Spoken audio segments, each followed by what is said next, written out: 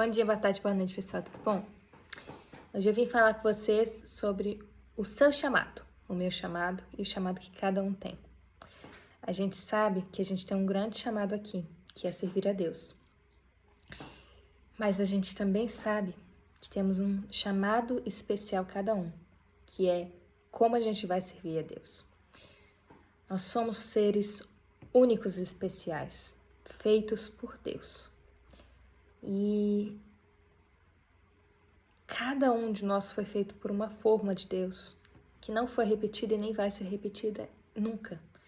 Nem se você tiver um irmão gêmeo, nunca vai ser a mesma coisa. Nós todos temos detalhes que nos tornam únicos. Isso sempre aconteceu e sempre vai acontecer. E a cada um de nós foi dado um dom para ser usado para a glória de Deus.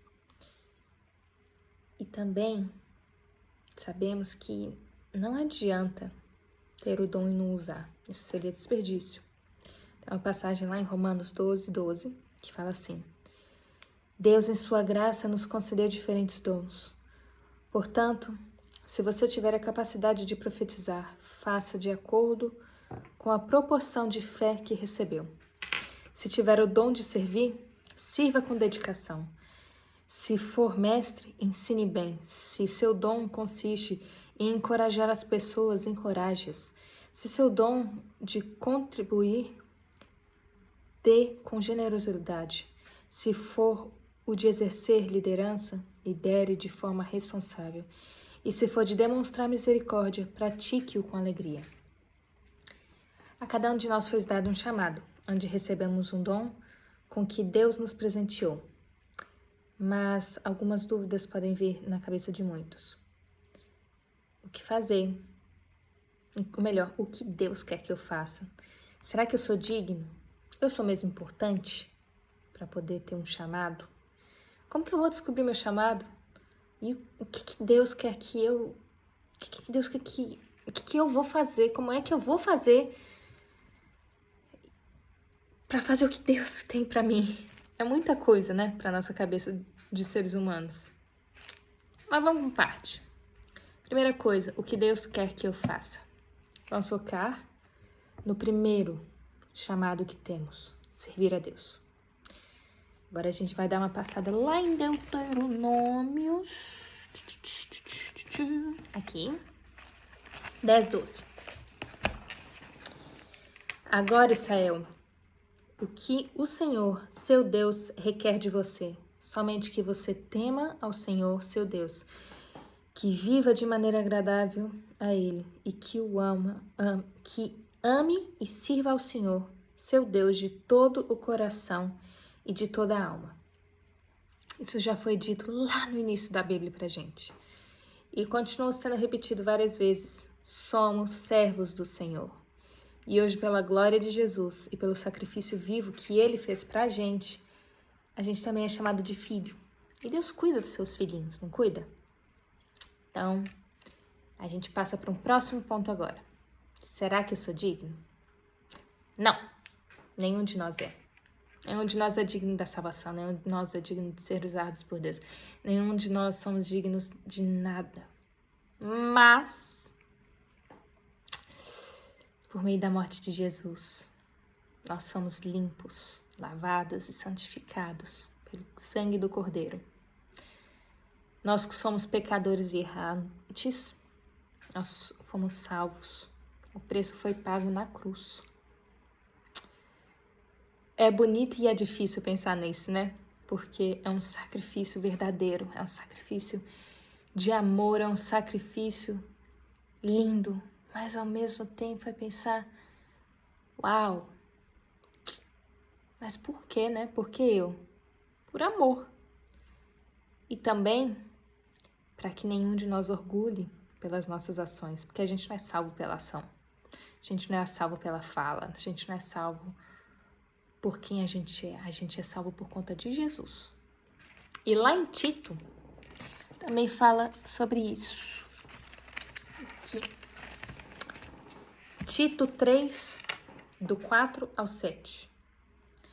Quando Deus, nosso Salvador, revelou sua bondade e seu amor, Ele nos salvou não porque tivéssemos feito algo justo, mas por causa de sua misericórdia. Ele nos lavou para remover nosso pecado, nos fez nascer de novo e nos deu nova vida por meio do Espírito Santo. Generosamente derramou o Espírito sobre nós por meio de Jesus Cristo, nosso Salvador. Por causa de sua graça, nos declarou justos e nos deu esperança que herdaremos a vida eterna. Não é por nós sermos justos, mas porque Ele é. Então aí a gente já pula para um outro ponto, que é: eu sou mesmo importante para que eu tenha um chamado? Sim, você é importante sim. Cada um de nós é muito importante e cada um de nós funciona de uma forma diferente. É como se fosse um corpo humano. Cada coisa tem sua importância no corpo humano, não tem? O mindinho, ele é responsável pelo equilíbrio do nosso corpo. Vocês sabiam disso? Que o mindinho do pé, um dedinho tão pequeno, tem uma importância tão grande. E as unhas de nossos dedos, ela é um escudo para que não sejam machucadas as pontas dos nossos dedos. Cada coisa no nosso corpo, seja grande, seja pequena, seja um átomo ou seja o que for, tem importância, assim como você e eu. Em Coríntios 12, 1 Coríntios, desculpa, 12. A gente lê: o corpo humano tem muitas partes, mas elas formam um só corpo. O mesmo acontece com relação a Cristo. Quer dizer, todos nós somos partes do corpo de Cristo. Todos nós temos uma função. Não adianta nada se todos nós fôssemos pregadores, não adianta nada se todos nós fôssemos, a gente louvasse todos de uma forma maravilhosa e esplendorosa, porque não adianta só uma função. São várias funções que juntas fazem um funcionamento perfeito de um corpo. Esse corpo é o corpo de Cristo. E você não está aqui por acaso, eu também não estou, nenhum de nós está. Nós estamos todos aqui para servir a Deus e fazendo a nossa função. Disso a gente pula para o próximo ponto, que é: como eu vou descobrir meu chamado? Aí já não é tão fácil assim, sabe?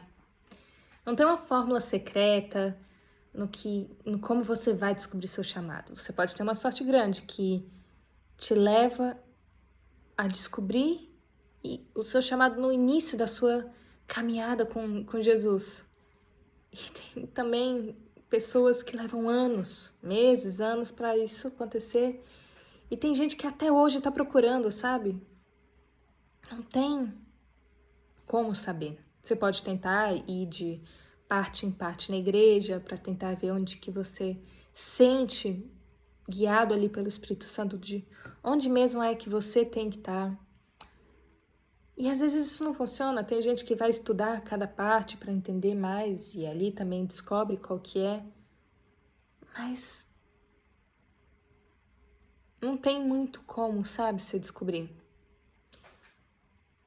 O que eu posso te falar é: se aproxime de Deus. Ore, louve, jejue, leia a Bíblia, faça o seu devocional. E mais importante, esteja aberto para que Deus venha falar com você, para o que Ele precisa de você. Não do que você precisa dele, porque a gente precisa dele para tudo, né? Sendo bem sincero, a gente precisa dele para tudo. Mas a gente tem que silenciar nossas vozes, e isso é difícil. Muito difícil. Porque só assim a gente escute a Deus. Mas aí quando a gente começa a escutar, é maravilhoso. Quando a gente se entregar de verdade não é estar dentro da igreja, não é ir no culto toda semana. É sim quando você se esvazia de si, para que Ele possa te encher. E é um desafio diário isso. É diário, mas é lindo. É lindo como que Deus pode mudar, gente. É lindo como Deus pode moldar, como se fôssemos vasos de barro na mão de um oleiro. Essa é uma das comparações mais lindas que eu conheço e toca dentro de mim de uma forma muito única. porque eu sou uma pessoa que gosta muito de artes, então isso pra mim é lindo de pensar Deus ali moldando você como se fosse um vaso precioso. Você é um vaso precioso para Deus. E aí ele faz um mistério dele, a magia dele, e a gente fica da forma que ele quer. Mas para isso, a gente tem que se amolecer, porque um vaso duro não é moldável. Um vaso tem que ser mole, para depois ele te fortalecer, te endurecer, e aí sim, você fica pronto. E deixa eu contar uma coisa para vocês. Na minha vida, desde muito pequena, eu escuto uma voz falando comigo. E é uma voz bem baixinha, viu? Que não é fácil de escutar. E mesmo quando eu não estava na minha caminhada cristã, real, procurando entender que isso, eu só comecei agora recente. Tem no máximo uns 3 anos. Uns 3 anos e meio. Mas mesmo assim, Deus nunca deixou de me usar. Falando comigo e falando através de mim com as pessoas. Eu tenho amigos e tenho pessoas que passaram pela minha vida que falam, olha, isso aí que você falou, ninguém mais sabia, somente eu. E eu nem lembro o que é. E a parte mais engraçada, que eu tenho uma memória muito ruim. Mas eu sei que Deus pode mudar isso também. Mas, no que eu tô falando